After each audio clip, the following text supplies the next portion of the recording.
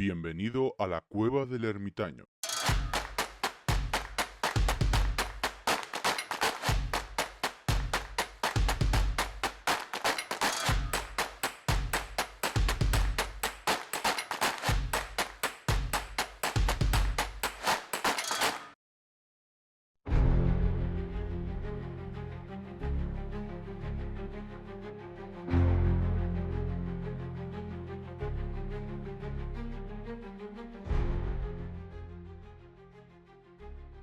Muy buenas a todos, muy buenas a todas y bienvenidos, bienvenidas a la Cueva del Ermitaño.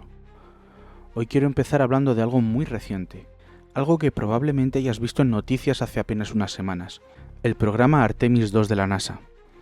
Artemis II representa el regreso de los seres humanos a la órbita lunar más de medio siglo después de las misiones Apolo. Es en cierto modo el símbolo de una nueva etapa, una etapa en la que la exploración espacial vuelve a ser protagonista, pero con un discurso completamente distinto al del pasado. Hoy hablamos de cooperación internacional, de sostenibilidad, de ciencia, de futuro. Pero lo curioso es que si retrocedemos unas décadas, la relación de la humanidad con la Luna fue muy diferente, mucho más tensa, mucho más peligrosa, y en algunos momentos directamente absurda. Porque sí, hubo un tiempo en el que una de las mayores potencias del planeta consideró seriamente hacer explotar una bomba nuclear en la Luna. Y no es una teoría conspirativa, es historia real. Ese plan se llamó Proyecto A-119. Vamos a situarnos. Estamos en plena Guerra Fría, finales de los años 50. El mundo está dividido en dos bloques, Estados Unidos y la Unión Soviética.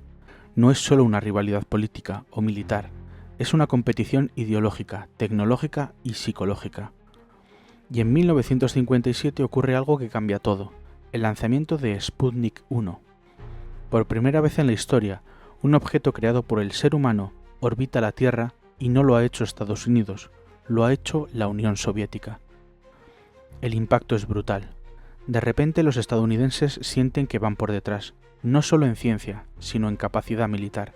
Porque si puedes poner un satélite en órbita, también puedes lanzar misiles intercontinentales. El miedo es real, la presión política es enorme y la respuesta, la respuesta no siempre fue racional.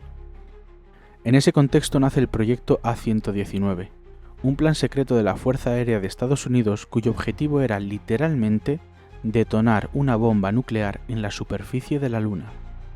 No era una metáfora, no era una exageración, era un plan serio. El proyecto tenía un nombre técnico bastante discreto, Estudio sobre vuelos de investigación lunar, pero detrás de ese nombre neutro se escondía una idea tremendamente agresiva. La lógica era sencilla. Si Estados Unidos lograba hacer explotar una bomba nuclear en la Luna, visible desde la Tierra, demostraría al mundo entero, y especialmente a la Unión Soviética, su superioridad tecnológica. Sería una especie de espectáculo cósmico, un mensaje, mirad lo que somos capaces de hacer. Uno de los aspectos más sorprendentes del proyecto A-119 es que no era solo militar, también involucraba a científicos de alto nivel. Entre ellos nada más y nada menos que Carl Sagan, quien en aquel momento era un joven investigador. Sagan trabajó en los cálculos sobre cómo se dispersaría el polvo lunar tras la explosión, es decir, no solo se trataba de hacerla explotar, sino de estudiar qué efectos tendría. Y aquí es donde la historia se vuelve aún más inquietante, porque esto no era simplemente una locura propagandística, también tenía un componente científico real. Querían aprender, pero el precio de ese aprendizaje era detonar un arma nuclear en otro cuerpo celeste. Ahora bien, ¿cómo pensaban hacerlo? La idea era lanzar un misil equipado con una bomba nuclear relativamente pequeña, comparable a la de Hiroshima, hacia la Luna. El punto de detonación debía elegirse cuidadosamente. No podía ser en cualquier lugar.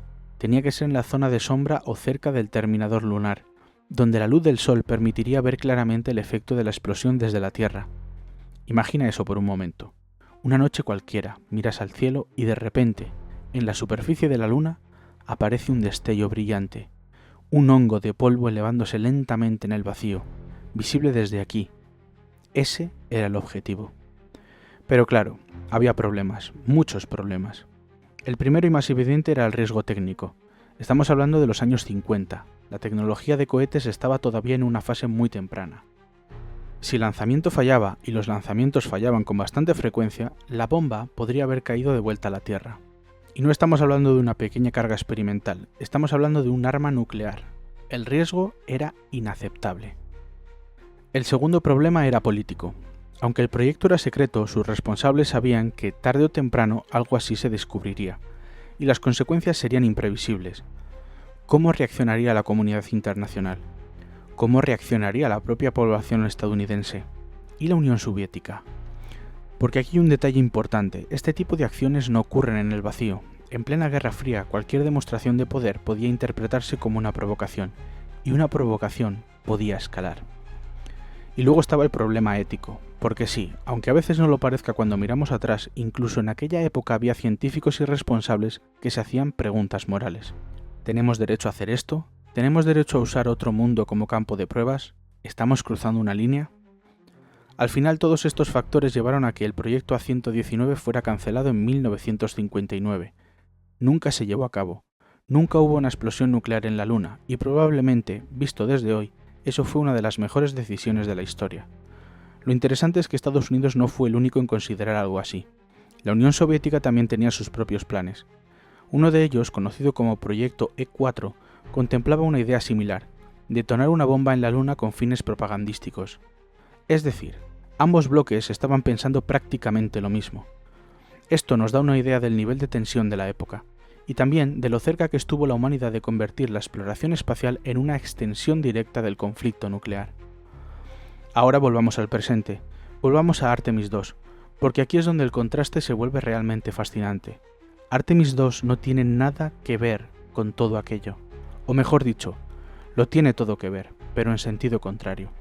Hoy, cuando hablamos de volver a la Luna, hablamos de cooperación internacional, de ciencia, de establecer bases sostenibles, de preparar misiones a Marte. Hablamos de llevar humanos de nuevo a la órbita lunar para estudiar, explorar y avanzar, no para demostrar poder mediante la destrucción. Pero no debemos engañarnos, el espacio sigue siendo un territorio estratégico. Las grandes potencias siguen compitiendo. La diferencia es que ahora esa competencia se expresa de otra manera, más sutil, más tecnológica, menos explosiva. Aún así, el proyecto A-119 nos deja una enseñanza muy clara. La exploración espacial no siempre ha sido un esfuerzo noble. A veces ha estado motivada por el miedo, por la rivalidad, por la necesidad de demostrar superioridad. Y eso ha llevado a ideas que hoy nos parecen completamente absurdas, pero que en su momento se consideraron seriamente. Y aquí es donde quiero hacer una reflexión, porque cuando vemos misiones como Artemis II es fácil pensar que la humanidad ha aprendido, que hemos evolucionado, que ya no cometeríamos errores como los del pasado, pero la historia nos enseña que las decisiones tecnológicas siempre están ligadas al contexto político, y ese contexto puede cambiar.